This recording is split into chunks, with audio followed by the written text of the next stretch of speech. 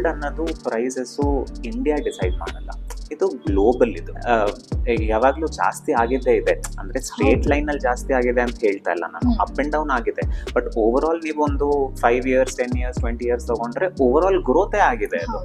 ಮತ್ತೆ ಟ್ರೆಂಡ್ ಏನ್ ಹೇಳುತ್ತೆ ಅಂತಂದ್ರೆ 90% ಯಾರ್ಯಾರು ಇನ್ವೆಸ್ಟ್ ಮಾಡ್ತಾರೆ ಫ್ಯೂಚರ್ಸ್ ಅಂಡ್ ಆಪ್ಷನ್ಸ್ ಇಂಥದ್ರಲ್ಲಿ 90% ಕಳ್ಕೊಂಡಿರೋರೇ ಇದ್ದಾರೆ. We are fastest growing economy. Inflation control ಅಲ್ಲಿ ಇಡೋದಾಗ್ಲಿ ಇಲ್ಲ GDP ಗ್ರೋತ್ ಆಗ್ಲಿ ನಾವೇ ಚೆನ್ನಾಗಿ ಮಾಡ್ತಾ ಇದ್ದೀವಿ ಬೇರೆ ಯಾವ ದೇಶಕ್ಕೆ ಕಂಪೇರ್ ಮಾಡಿದ್ರು.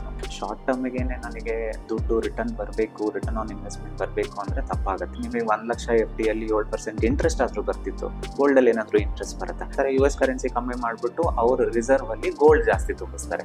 ಗೋಲ್ಡ್ ಏನಕ್ಕೆ ತುಂಬಿಸ್ತಾರೆ? ಈಗ ಕರೆನ್ಸಿ ಅಂತಂದ್ರೆ ಟ್ರಂಪ್ ಮನ್ಸ್ ಬಂದಾಗ ಅವ್ನು ಪ್ರಿಂಟ್ ಮಾಡ್ಕೊಂಡು ಹೋಗ್ತಾರೆ ಅವರು.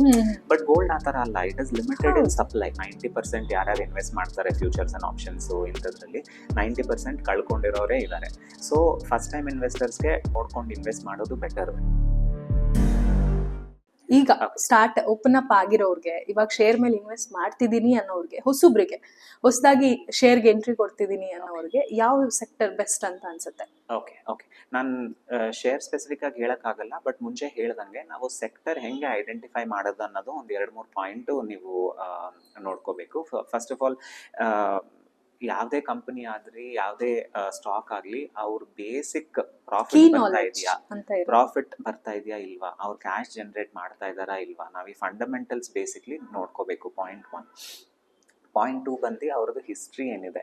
ಈಗ ಸ್ಪೆಸಿಫಿಕ್ ಕಂಪನೀಸು ಸಿನ್ ಗೂಡ್ಸ್ ಇರುತ್ತೆ, ಸೇ ಫಾರ್ ಎಕ್ಸಾಂಪಲ್ ಸಿಗರೆಟ್ಸ್ ಅಂತ ಅನ್ಕೊಳ್ಳಿ, ಇಲ್ಲ ಲಕ್ಸುರಿ ಗೂಡ್ಸ್ ಅಂತ ಅನ್ಕೊಳ್ಳಿ, ಇಲ್ಲ ಎಲ್ಲಿ ಜಾಸ್ತಿ ರೆಗ್ಯುಲೇಷನ್ ಇದೆ, ಪೆಟ್ರೋಲ್ ಅಂತ ಅನ್ಕೊಳ್ಳಿ, ಇಲ್ಲ ಜಾಸ್ತಿ ಇಂಪೋರ್ಟ್ಸ್ ರಿಲೇಟೆಡ್ ಟ್ಯಾರಿಫ್ ಇರುತ್ತೆ.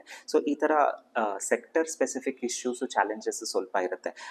ಆ ಚಾಲೆಂಜಸ್ ಇದೆಯಾ ಅದನ್ನೊಂದು ನೋಡ್ಕೋಬೇಕು. ಇಲ್ಲ ರೆಗ್ಯುಲರ್ ಮ್ಯಾನುಫ್ಯಾಕ್ಚರಿಂಗ್ ಯೂನಿಟ್ ಅಪ್ಪ, ಇಲ್ಲ technology software export services regular ಸರ್ವಿಸಾ ಅಂತಂದ್ರೆ ನನಗೆ ಜಾಸ್ತಿ ರೆಗ್ಯುಲೇಟರಿ ಏರುಪೇರು ಜಾಸ್ತಿ ಆಗೋದಿಲ್ಲ ಅವಾಗ.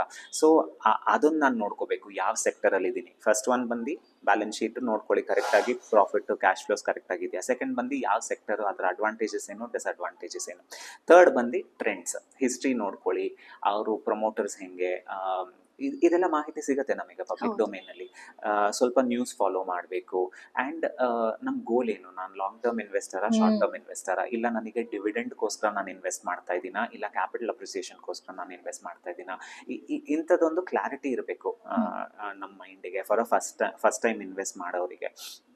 ಥರ್ಡ್ ಒನ್ ಬಂದು ಒಂದು ಮ್ಯಾಜಿಕ್ ಇದೆ ಸ್ಟಾಕ್ ಮಾರ್ಕೆಟ್ ಅಲ್ಲಿ, ಅಂದ್ರೆ ಕಾಂಪೌಂಡಿಂಗ್ ಅಂತ ಏನು ಅಂತಂದ್ರೆ ನಾವು ಜಾಸ್ತಿ ಇನ್ವೆಸ್ಟ್ ಆಗಿ ಇರೋ ಅಷ್ಟು ನಮಗೆ ಸಿಂಪಲ್ ಇಂಟ್ರೆಸ್ಟ್, ಕಾಂಪೌಂಡ್ ಇಂಟ್ರೆಸ್ಟ್ ಎಲ್ಲರಿಗೂ ಗೊತ್ತಿರುತ್ತಲ್ಲ. ಸೊ ಕಾಂಪೌಂಡಿಂಗ್ ಇಂಪ್ಯಾಕ್ಟ್ ಅದೇ, ಜಾಸ್ತಿ ನಾವು ಇನ್ವೆಸ್ಟೆಡ್ ಆಗಿ ಇದ್ದಷ್ಟು ನಮಗೆ ಬೆನಿಫಿಟ್ ಆಗುತ್ತೆ. So long term perspective also ನಾವು ನೋಡ್ಬೇಕಾಗತ್ತೆ.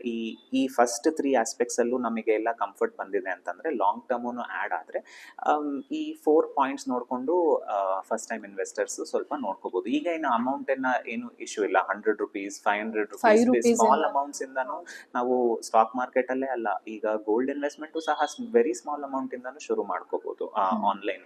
ಈಗ ಫಿಸಿಕಲ್ ಗೋಲ್ಡ್ ಇಟ್ಕೋಬೇಕು ಅಂತ ಏನು ಕಂಪಲ್ಸರಿ ಏನು ಇಲ್ಲ. ETFs ಇದೆ, ಸಿಲ್ವರ್ ETFs, ಗೋಲ್ಡ್ ETFs ಎಲ್ಲ ಆಪ್ಷನ್ಸ್ ಇರೋದ್ರಿಂದ ನಾವು ಸ್ಮಾಲ್ ಆಗಿ ಶುರು ಮಾಡ್ಕೋಬಹುದು. ಬಟ್ ಇದು ಬಿಟ್ಟು ನಿನ್ನೆ ನಿಮಗೆ ಬಜೆಟ್ ಅಲ್ಲಿ futures and option derivative transactions ಮೇಲೆ ಸೆಕ್ಯೂರಿಟೀಸ್ ಟ್ರಾನ್ಸಾಕ್ಷನ್ ಟ್ಯಾಕ್ಸ್ ಸ್ವಲ್ಪ ಜಾಸ್ತಿ ಮಾಡಿದ್ರು. ಅದು ಒಂದು ರೀಸನ್, ಆಕ್ಚುಲಿ ಮುಂಚೆ ಹೇಳ್ಬೇಕಿತ್ತು. ಅದು ಒಂದು ರೀಸನ್ ನಿನ್ನೆ ಸ್ಟಾಕ್ ಮಾರ್ಕೆಟ್ ಬಿದ್ದಿದ್ದಕ್ಕೆ. ಹತ್ರ 2% ಬಿದ್ದೋಯ್ತು ನಿನ್ನೆ ಸ್ಟಾಕ್ ಮಾರ್ಕೆಟ್. ಇದು ಒಂದು ರೀಸನ್. ಯಾಕಂದ್ರೆ ಈಗ ಫ್ಯೂಚರ್ಸು ಟ್ರಾನ್ಸಾಕ್ಷನ್ಸ್ ಎಲ್ಲ ವಾಲ್ಯೂಮ್ ಕಮ್ಮಿ ಆಗುತ್ತೆ. ವಾಲ್ಯೂಮ್ ಕಮ್ಮಿ ಆದಾಗ ಸೊ ಇನ್ವೆಸ್ಟರ್ ಟ್ರೇಡರ್ ಸೆಂಟಿಮೆಂಟ್ ಸ್ವಲ್ಪ ಇಂಪ್ಯಾಕ್ಟ್ ಆಗುತ್ತಲ್ಲ, ಅದು ಒಂದು ರೀಸನ್ 2% ಕಮ್ಮಿ ಆಗಿದ್ದಕ್ಕೆ. ಈಗ ಫಸ್ಟ್ ಟೈಮ್ ಇನ್ವೆಸ್ಟರ್ಸಿಗೆ ಡೈರೆಕ್ಟ್ ಆಗಿ ಈ ಥರ ಫ್ಯೂಚರ್ಸು ಡೆರಿವೇಟಿವ್ಸು ಅದೆಲ್ಲ ಎಕ್ಸ್ಪ್ಲೋರ್ ಮಾಡಕ್ಕೆ ಹೋದ್ರೆ ಮತ್ತೆ ಟ್ರೆಂಡ್ ಏನು ಹೇಳುತ್ತೆ ಅಂತಂದ್ರೆ 90% ಯಾರ್ಯಾರು ಇನ್ವೆಸ್ಟ್ ಮಾಡ್ತಾರೆ ಫ್ಯೂಚರ್ಸ್ ಅಂಡ್ ಆಪ್ಷನ್ಸ್ ಇಂಥದ್ರಲ್ಲಿ 90% ಕಳ್ಕೊಂಡಿರೋರೇ ಇದ್ದಾರೆ. ಸೊ ಫಸ್ಟ್ ಟೈಮ್ ಇನ್ವೆಸ್ಟರ್ಸ್ಗೆ ಡೈರೆಕ್ಟ್ ನಾನೀಗ 4-5 ಪಾಯಿಂಟ್ಸ್ ಏನು ಹೇಳಿದ್ದೀನಿ ಆ ಮುಖಾಂತರ ನೀವು ನೋಡ್ಕೊಂಡು ಇನ್ವೆಸ್ಟ್ ಮಾಡೋದು ಬೆಟರ್. ಡೆರಿವೇಟಿವ್ ಟ್ರಾನ್ಸಾಕ್ಷನ್ಸು ಅದೆಲ್ಲ ಸ್ಟಾರ್ಟಿಂಗಲ್ಲೇ ಎಕ್ಸ್ಪ್ಲೋರ್ ಮಾಡೋ ಬದಲು ಸಿಂಪಲ್ ಆಗಿ ಎಕ್ಸ್ಪ್ಲೋರ್ ಮಾಡಿ ನಿಮಗೆ ಕಾನ್ಫಿಡೆನ್ಸ್ ಬಂದ ಮೇಲೆ, ಒಂದು 6 ತಿಂಗಳು 1 ವರ್ಷ ಕಾನ್ಫಿಡೆನ್ಸ್ ಬಂದ ಮೇಲೆ ನೀವು ಡೆರಿವೇಟಿವ್ ಟ್ರಾನ್ಸಾಕ್ಷನ್ಸ್ ಫ್ಯೂಚರ್ಸ್ ಇಂಥದ್ದು ಸಹ ನೋಡ್ಕೋಬಹುದು.